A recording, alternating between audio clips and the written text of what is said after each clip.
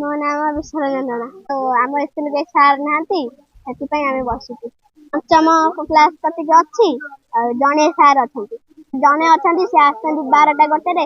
ଯେତେବେଳେ ଯଦି ଗୋଟେ ଦିନ ଆସିବେ ବହି ଫହି ଚୋରି କରି ନେଇଯାଉଛନ୍ତି ଅଖାରେ ପଶେଇକି ପିଲାମାନେ କହୁଛନ୍ତି ପାଇଖାନା ସଫା କର ଆଉ ପିଲାମାନଙ୍କୁ ବାଡେଇକି ତାଙ୍କ ଝିଅ ଆଞ୍ଚୁରି ଫାଞ୍ଚୁରି କରିଦଉଛନ୍ତି। ମତେ ସାରା ଚିହ୍ନିଲେ ଆସିକି 2ଟାରେ 3ଟାରେ ପଳେଇବେ।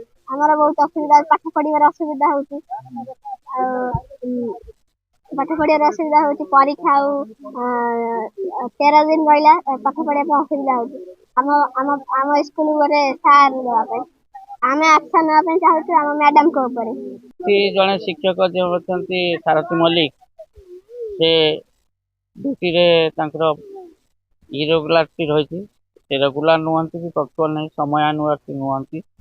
ସମୟ ଡେରିରେ ଆସିଥିବାରୁ ସେ ତାପରେ ତା ସହିତ ଯେଉଁ ପିଲାଙ୍କର ଏଥିରୁ ପିଲାଙ୍କର ପିତାମାତାଙ୍କ ଠାରୁ ବହୁତ ଜାଣିବାକୁ ପାଇଲେ ଯେ ଯଦିଓ ସେ ଲେଟ୍ରେ ଆସୁଛନ୍ତି ତେବେ ବି ସେ ଶିକ୍ଷକତା କ୍ଷେତ୍ରରେ ସେ ଗୁରୁତ୍ୱ ଦେଉନାହାନ୍ତି। ଅନ୍ୟାନ୍ୟ କ୍ଷେତ୍ରରେ ମଧ୍ୟ ସେ ପିଲାଙ୍କ ମନ ଦୁଃଖ ଭଳି କାମ କରାଉଛନ୍ତି।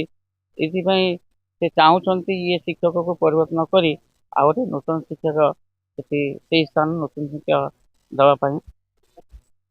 ସେଇଟା ଆମର ଯେଉଁ ଉପରିସ୍ଥ ଅଧିକାରୀ ରହିଛନ୍ତି ବିଓ ସାର୍, ମୁଁ ତ ସବୁ କିଛି ସେ ମୁଁ ଜଣେଇବି ଯାହା ସେ ଜାଣିଛନ୍ତି। ଆଉ ବର୍ତ୍ତମାନ ଯେଉଁ ପିଲାଙ୍କର ରିଆକ୍ସନ୍ ଏବଂ ପିଲାଙ୍କ ଗାର୍ଡିଆନଙ୍କ ରିଆକ୍ସନ୍ ସବୁ ବିଓ ସାର୍ଙ୍କୁ ଜଣେଇବି। ଆଉ ବିଓ ସାର୍ ତାଙ୍କର କି ପ୍ରକାର ଆକ୍ସନ୍ ନେବେ